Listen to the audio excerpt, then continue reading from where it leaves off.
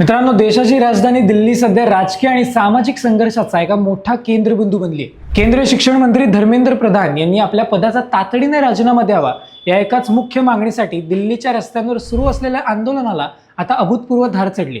20 जुलैला एका संघटनेच्या वतीने काढण्यात आलेल्या चलो संसद मोर्चा दरम्यान आंदोलकांवर पोलिसांनी केलेल्या अमानुष लाठीमारामुळे या आंदोलन पेटून उठले।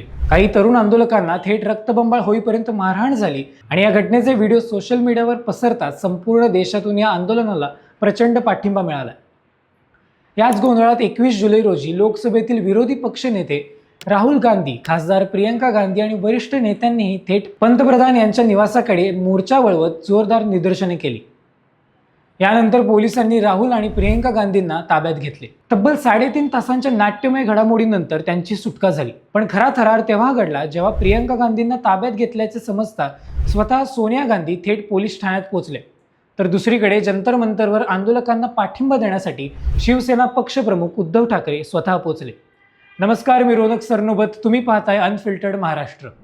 या आंदोलनाला देशव्यापी स्वरूप मिळण्याचे मुख्य कारण म्हणजे 20 जुलै रोजी मोर्चावर झालेला लाठीमार।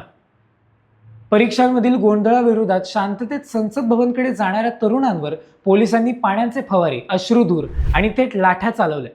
अनेक विद्यार्थ्यांची डोकी फुटली आणि याच दडपशाहीचा निषेध करण्यासाठी विरोधी पक्ष आक्रमक झाले। राहुल गांधी, प्रियंका गांधी आणि इतर खासदारांनीही संसदेतून थेट पंतप्रधान निवासाकडे मोर्चा वळवला। पोलिसांचे 3 पदरी बॅरिगेड्स तोडण्याचा प्रयत्न करत असताना प्रियंका गांधी आणि पोलिसांमध्ये जोरदार झटापट झाली। पोलिसांनी राहुल आणि प्रियंका गांधींना ताब्यात घेऊन पोलीस बसमध्ये बसवले आणि 3.5 तास स्थानबद्ध ठेवले।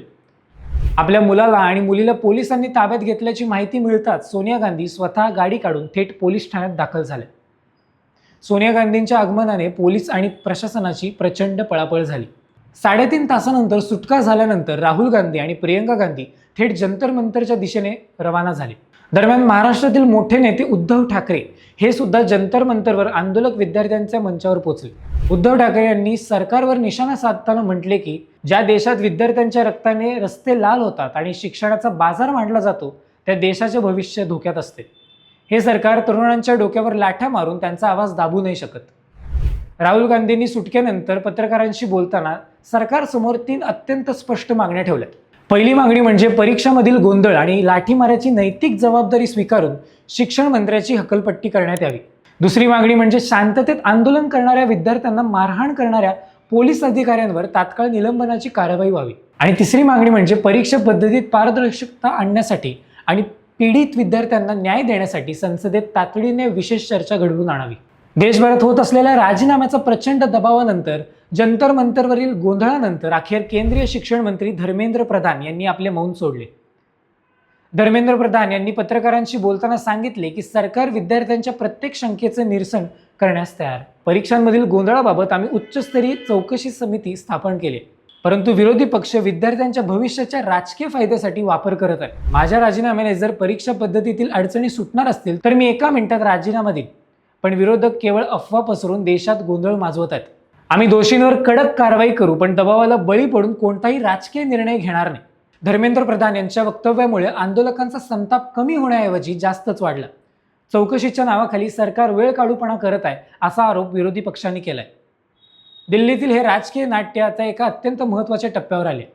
20 जुलैचा लाठीमार, 21 जुलैच्या राहुल प्रियंकाची अटक, सोनिया गांधींची थेट पोलीस ठाण्यात जाणे आणि उद्धव ठाकरेंच्या जंतर मंतरवरील उपस्थिती या सर्वांनी मिळून सरकारवर मोठा राजकीय दबाव निर्माण केलाय। शिक्षण मंत्र्यांनी राजीनामा देण्यास नकार दिला असला तरी संसदेत या मुद्द्यांवरून सरकारला घेरलं जाईल हे स्पष्ट आहे।